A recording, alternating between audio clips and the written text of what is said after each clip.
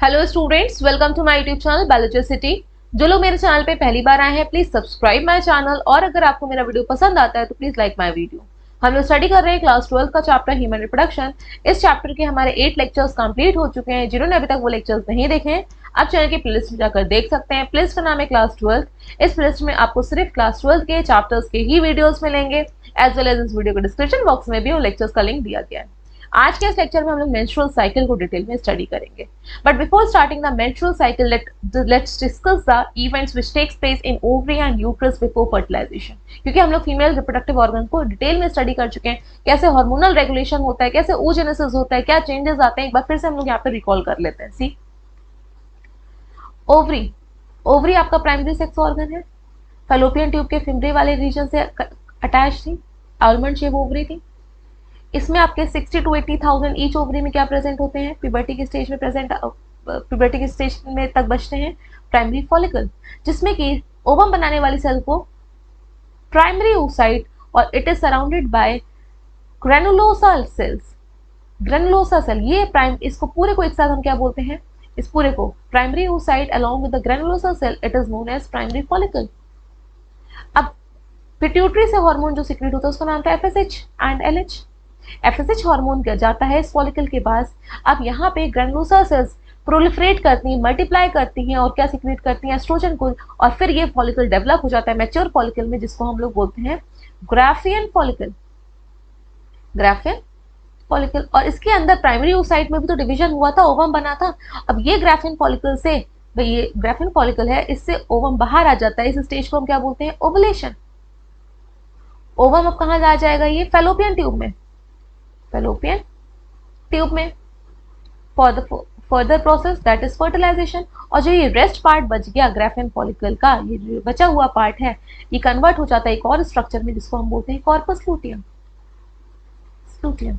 ये corpus luteum एक और हार्मोन सिक्रेट करता है, उसको हम लोग बोलते हैं प्रोजेस्टेरॉन। क्योंकि अब ओवम सिक्रेट हुआ, अगर स्पर्म के साथ फर्टिलाइजेशन हो जाएगा तो नेक्स्ट स्टेज क्या आएगी, एम्ब्रियो, जाइगोट का फॉर्मेशन और एम्ब्रियो का डेवलपमेंट, प्रेगनेंसी होगी। तो प्रेगनेंसी को मेंटेन करने के लिए जो हार्मोन की रिक्वायरमेंट होती है, इट इज प्रोजेस्टेरॉन। तो कॉर्पस लूटियम प्रोजेस्टेरॉन सिक्रेट करेगा, लेकिन अगर फर्टिलाइजेशन नहीं होता है, ये कॉर्पस लूटियम डिजेनरेट हो जाता है और फॉर्म करती है कॉर्पस एल्बिगन्स, और जिसकी वजह से प्रोजेस्टेरॉन का भी लेवल डिक्रीज, कॉर्पस लूटियम बचा ही नहीं तो प्रोजेस्टेरॉन कौन बनाएगा, कोई नहीं बनाएगा। तो ये वाले स्टेप ओवरी में, अंदर ओवरी में हो रहे थे। इसका डायग्राम देख लीजिए ओवुलेशन वाला। सी, प्राइमरी फॉलिकल था, प्राइमरी फॉलिकल फिर डेवलपिंग फॉलिकल में बना, और मैच्योर फॉलिकल का नाम है Graafian follicle. Graafian follicle rupture होकर ओवम बाहर रिलीज हुआ और रेस्ट स्ट्रक्चर बना वो अर्ली कॉर्पस ल्यूटियम, फिर आपका मैच्योर कॉर्पस ल्यूटियम जो सिक्रेट करता है प्रोजेस्टेरॉन को, which is helpful in maintaining the pregnancy after fertilisation. मतलब फर्टिलाइजेशन हो जाएगा, उसके बाद प्रेगनेंसी रहे, उसको हम क्या बोलते, उसके लिए जो हार्मोन की रिक्वायरमेंट होती है, इट इज प्रोजेस्टेरॉन। अब ये प्रोजेस्टेरॉन मेंटेन भी तो करता है यूट्रस की वॉल को। ये तो इवेंट हो गए हमारे ओवरी के अंदर, यूट्रस में भी तो इवेंट हो रहे होंगे। क्यों? क्योंकि वहां पे तो न्यू लाइफ आनी है, न्यू गेस्ट आना है, और उसके लिए यूट्रस अपने आप को प्रिपेयर करता है। सी, यूट्रस का डायग्राम को ड्रॉ कर लेते हैं। यूट्रस की जो वॉल होती है, इट कंसिस्ट ऑफ 3 लेयर्स। बाहर वाली जो होती है it is known as perimetrium, उसके बाद middle one is known as myometrium, और जो इनर वन होती है अंदर की साइड जहाँ पे बेबी इम्प्लांट होता है, डेवलपिंग एम्ब्रियो इम्प्लांट होता है, उसको हम लोग क्या बोलते हैं, एंड्रोमेट्रियम। तो भाई नरिशमेंट के लिए, जैसे आपके घर में अगर कोई गेस्ट आएगा तो आप अपनी लिविंग रूम को अच्छे से रेडी कर लोगे। अगर बिल्कुल खराब सा होगा, उसको सोफे कवर है वो चेंज कर दोगे, बहुत ही ज्यादा इंपॉर्टेंट गेस्ट आ रहा है, ठीक है, नाश्ता भी लेके आओगे। तो यहाँ पे तो न्यू लाइफ आ रही है, उसको डेवलपमेंट के लिए नरिशमेंट की रिक्वायरमेंट होगी, वो मदर से मिलेगी। तो ब्लड ही तो ट्रांसपोर्ट करेगा इन सारे न्यूट्रिएंट्स को मदर की बॉडी से डेवलपिंग बेबी में, फीटस में। तो ये जो एंडोमेट्रियम है, जो सबसे अंदर वाली लेयर होती है, वो हाईली वेस्कुलराइज्ड हो जाती है, इनर मोस्ट। ब्लड वेसल्स की सप्लाई ज्यादा हो जाएगी, ठीक, क्योंकि भाई बेबी डेवलप होगा, अपने आप को भी प्रिपेयर करेंगे, ब्लड वेसल ज्यादा आएगी। अगर लेकिन फर्टिलाइजेशन नहीं होता है तो यही जो लेयर होती है वो शेड ऑफ हो जाती है along with the debris, cell debris, और ये जो ब्लड है वो भी बाहर आएगा। पूरी पूरी वॉल ही आ रही है तो सेल भी आएंगी, ब्लड वेसल्स भी है तो ब्लड भी आएगा। इसी को हम क्या बोलते हैं, मेंस्ट्रुएशन। तो ये दोनों इवेंट्स को हमें देखना है कि कैसे ओवरीज के अंदर चेंजेस हो रहे हैं साइक्लिक, कैसे यूट्रस के अंदर चेंजेस हो रहे हैं under the influence of hormone secreted by pituitary as well as secreted by ovary. Hormones जो सिक्रिएट हो रहे हैं, किस टाइम पे कौन सा हार्मोन सिक्रिएट हो रहा है, ओवरी से, पिट्यूटरी से, ओवरी के अंदर क्या चेंजेस आ रहे हैं और यूट्रस के अंदर क्या चेंजेस आ रहे हैं। आज ये सारे टॉपिक्स हम लोग एक चार्ट में स्टडी करेंगे। स्टार्ट करते हैं अपने टॉपिक से, menstrual cycle. See, in the females of higher mammals belonging to the order Primata, जो प्राइमेट है इसमें ह्यूमन बींग्स, मंकी, एप्स हमने प्लेस कर रहे हैं, तो उनमें क्या होता है, there is a monthly discharge of blood, blood आता है cell debris through the vagina, उसी को ही हम क्या बोलते हैं, मेंस्ट्रुएशन। ये क्यों आ रहा था, क्योंकि यूट्रस की वॉल ने अपने आप को प्रिपेयर किया था, लेकिन फर्टिलाइजेशन हमेशा जरूर थी ना कि फर्टिलाइजेशन ही हो। अगर हमेशा ही फर्टिलाइजेशन होगा हर साइकिल में तो कितने ज्यादा पॉपुलेशन हो जाएगी, ऐसा तो नहीं है। तो वो आपका जो सेल डेब्रिस है, यूट्रस की वॉल है, एंडोमेट्रियम, वो बाहर आ रही है, उसी को हम मेंस्ट्रुएशन बोलते हैं। The bleeding occurs for 4 to 5 days, ये 4 से 5 दिन तक का होती है, और इसी को हम क्या बोलते हैं, मेंस्ट्रुअल पीरियड। और this period is the beginning of a 28-day long cycle, जिसको हम मेंस्ट्रुअल साइकिल बोलते हैं। 28 डेज की मेंस्ट्रुअल साइकिल होती है, जहाँ आपका ब्लीडिंग फर्स्ट डे स्टार्ट हो रही है, उसी वहीं तब से हम स्टार्ट करते हैं फर्स्ट डे से, और ये पूरा चलती है 28 डे तक, फिर से ब्लीडिंग वाली फेज आती है अगर फर्टिलाइजेशन नहीं हुआ। इसी को ही हम क्या बोलते हैं, menstrual cycle. Menstrual cycle in females does not occur since birth, ये बर्थ से नहीं होती है, ये प्यूबर्टी अचीव होती है, रिप्रोडक्टिव ऑर्गन फुल्ली मैच्योर होते हैं, उसके लिए टाइम पीरियड की रिक्वायरमेंट होती है 12 से 13 साल तक की। उसके बाद प्यूबर्टी आती है, रिप्रोडक्टिव ऑर्गन एक्टिव होते हैं, जिसको हम क्या बोलते हैं, मेनार्के। तो ऑनसेट ऑफ मेंस्ट्रुएशन, अभी बेबी गर्ल है या चाइल्ड है, उसमें पहले से ही मेंस्ट्रुअल साइकिल नहीं होती है, पहले मैच्योर हो जाएंगे, फिर जब मेंस्ट्रुअल साइकिल स्टार्ट होगी, कब होती है, ये 10 से 14 ईयर्स के बीच में होती है, 14 ईयर्स के बीच में होती है, उसी को हम क्या बोलते हैं, मेनार्के, जब ऑनसेट ऑफ मेंस्ट्रुएशन होता है। और लेटर लाइफ पीरियड में 45 से 50 ईयर्स की एज तक में ये क्या होता है, मेंस्ट्रुएशन सीजर्स टू अकर, अब मेंस्ट्रुएशन स्टॉप हो जाता है, और इसी एक्टिविटी जो inactivity of the ovary, ovary अब काम नहीं करेंगी, इसी को हम क्या बोलते हैं, मेनोपॉज। मेनार्के क्या होता है, ऑनसेट ऑफ मेंस्ट्रुएशन, और मेनपॉज, पॉज हो जाना, इसको क्या बोल रहे हैं हम लोग, कि मेंस्ट्रुएशन साइकिल रुक जाए, दिस इज नोन एज मेनपॉज। सी, जो अब मेंस्ट्रुअल साइकिल को हम लोग स्टडी कर लेते हैं। मेंस्ट्रुअल साइकिल 28 डेज की साइकिल है, इसको टोटल हम लोगों ने 4 फेजेस में डिवाइड किया है। मेंस्ट्रुअल साइकिल है क्या, menstrual cycle involves the changes in ovary and uterus, वो चेंजेस जो ओवरी एंड यूट्रस में हो रहे हैं। Menstrual cycle of a normal female is about 28 days की ये होती है। सबसे पहले फर्स्ट डे कहाँ से स्टार्ट करते हैं, फर्स्ट डे ऑफ ब्लीडिंग से, और ये कितने दिन तक होता है, लगभग 5 दिन तक होता है। तो पहली फेज क्या है, ब्लीडिंग फेज, इसके बाद है प्रोलिफरेटिव फेज, नेक्स्ट ओवुलेशन, जब ओवम रिलीज होगा, ग्राफिन फॉलिकल, ओवुलेटरी फेज ये 14th डे पे होता है, और सेक्रेटरी फेज यहाँ पे ल्यूटल फेज होगा, कॉर्पस ल्यूटम से इसको यहाँ पे नाम दिया गया है। सी, अब ये जो हमने डेज बताए हैं, ये आपको अपन मंथ के अकॉर्डिंग नहीं लगता है कि हाँ ये 1 मई, अगर मई की बात करते हैं 1 मई से 28 मई तक ना, ब्लीडिंग फेज जब भी होगी वो बीच में भी हो सकती है, मंथ में, हमें डेट के अकॉर्डिंग नहीं आना है, डे के अकॉर्डिंग जाना है। तो ब्लीडिंग फेज जब स्टार्ट हो रही है वो फर्स्ट डे काउंट होगा, और लास्ट डे कौन सा होगा, 28 डे उसके बाद। इस ग्राफ से हम पूरे मेंस्ट्रुअल साइकिल के मैकेनिज्म को समझेंगे। सी, ऊपर की साइड सबसे ऊपर क्या रखा गया है, ग्राफ में देखिएगा, पिट्यूटरी हॉर्मोन्स लेवल।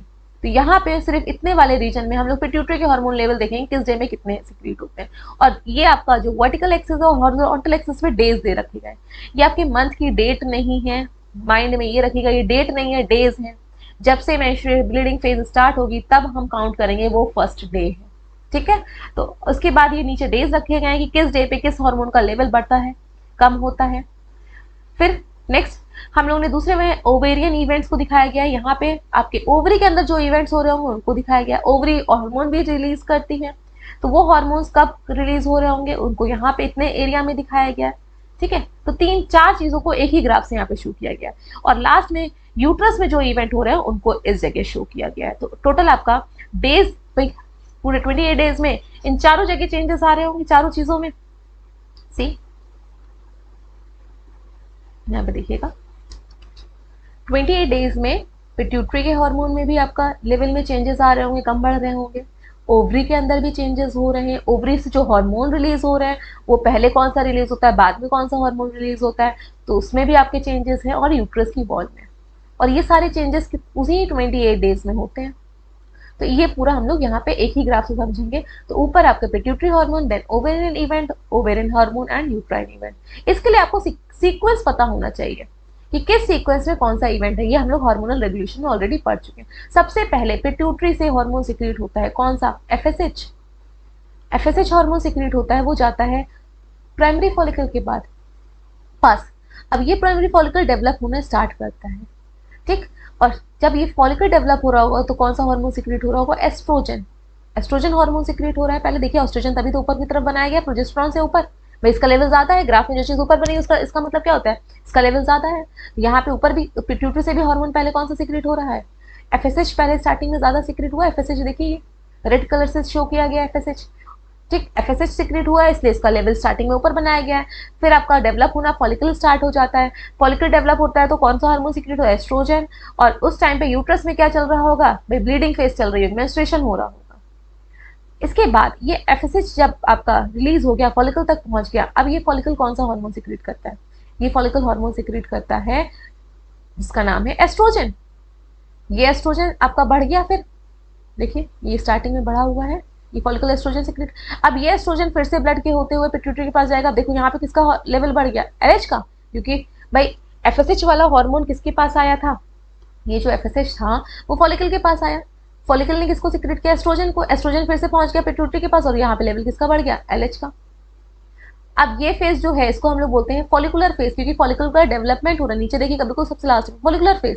अभी फॉलिकल बना क्या था, मैच्योर हो गया ना। मैच्योर वाला फॉलिकल कब बनेगा, 13th डे तक बन जाएगा लगभग, ठीक।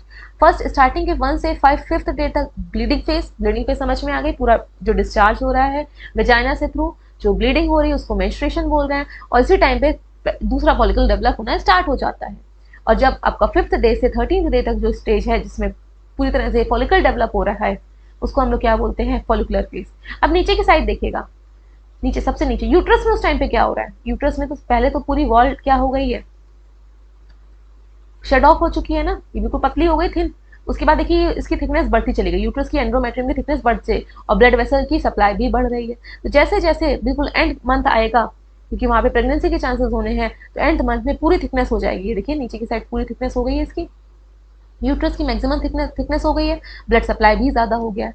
सेम टाइम पे सारे इवेंट हो रहे हैं। अब 14th डे पे क्या होता है, 14th डे पे ओवुलेशन हो रहा है, ओवम ग्रेफिन फॉलिकल से बाहर आ रहा है। उसके बाद ओवम तो बाहर आ गया, फर्टिलाइजेशन होगा, वो हम लोग नेक्स्ट क्लास में पढ़ेंगे, नेक्स्ट लेक्चर में। अब ये जो रेस्ट पार्ट था वो किसमें डेवलप हुआ, कॉर्पस लूटियम में। कॉर्पस लूटियम अब सिक्रेट करेगा क्या, दूसरा हार्मोन जिसका नाम है प्रोजेस्टेरॉन। अब देखो एस्ट्रोजन का लेवल नीचे आएगा, इस डायग्राम में देखिएगा नीचे वाले ग्राफ में। अब एस्ट्रोजन का लेवल देखो नीचे आ गया, ये ब्लू वाली लाइन नीचे आ गई। कौन सा लेवल बढ़ गया, प्रोजेस्टेरॉन, क्योंकि अब वो प्रोजेस्टेरॉन कौन बढ़ा रहा है, कौन रिलीज कर रहा है, प्रोजेस्टेरॉन बढ़ गया, रेड वाली लाइन, ठीक। प्रोजेस्टेरॉन आपका बढ़ गया है क्योंकि कॉर्पस ल्यूटेम प्रोजेस्टेरॉन सिक्रेट करेगी which is responsible for maintaining pregnancy. अगर प्रेगनेंसी होती है तो प्रोजेस्टेरॉन पूरा 9th मंथ तक, प्रेगनेंसी जब तक है तब तक रिलीज होता है और कॉर्पस ल्यूटेम मेंटेन रहती है। अगर प्रेगनेंसी नहीं हुई, फर्टिलाइजेशन नहीं हुआ, तो ये जो कॉर्पस लूटियम थी डीजेनरेट हो जाती है और क्या बनाती है, कॉर्पस एल्बिकस। डीजेनरेट हो गई, अब भाई काम ही नहीं है, फर्टिलाइजेशन हुआ नहीं, ओवम चला गया बाहर ही, वजाइना के थ्रू वो भी बाहर आ गया। तो अब नेक्स्ट साइकिल स्टार्ट हो जाती है। तो टोटल आपकी कितने फेजेस हो गई, फर्स्ट थी मेंस्ट्रुएशन वाली, ठीक है, ब्लीडिंग वाली फेज। उसके बाद फॉलिकल डेवलपमेंट हुआ, तो फॉलिकल डेवलपमेंट में पहले एफएसएच होगा, फिर एस्ट्रोजन, फिर एलएच, फिर प्रोजेस्टेरॉन, ये याद रखना है। सबसे पहले क्या था, एफएसएच। एफएसएच किसके पास आया, फॉलिकल के पास। फॉलिकल ने कौन सा सिक्रेट किया, एस्ट्रोजन। एस्ट्रोजन फिर से गया पिट्यूटरी के पास, कौन सा गया, हार्मोन रिलीज, एलएच। एलएच के बाद अब भाई ये बाहर में आया, फिर कॉर्पस ल्यूटेम बना, कॉर्पस ल्यूटेम से कौन सा हार्मोन गया, प्रोजेस्टेरॉन। और साथ ही साथ ये आपकी थर्ड नंबर पे क्या हुआ, ओवुलेशन हुआ, ओवम सिक्रेट हुआ कॉर्पस किससे, ग्राफिन फॉलिकल से। और फिर उसके बाद कॉर्पस लूटियम बना और ये मैच्योर भी हो रही है। This is all about menstrual cycle. ये सारे इवेंट्स आपको पता होने चाहिए। अगर ग्राफ के बेसिस पे डायग्राम पूछा जाएगा तो आपको डेज पता होने चाहिए। 1st से 5th डे तक आपका मेंस्ट्रुएशन, फिर 13th डे तक, 5th से 13th डे तक आपका फॉलिकुलर फेज, 14th डे में ओवुलेटरी फेज और 15th डे से 28th डे तक लूटियल फेज, ठीक है, या फिर इसको सिक्रेटरी फेज बोलते हैं। This is all about menstrual cycle.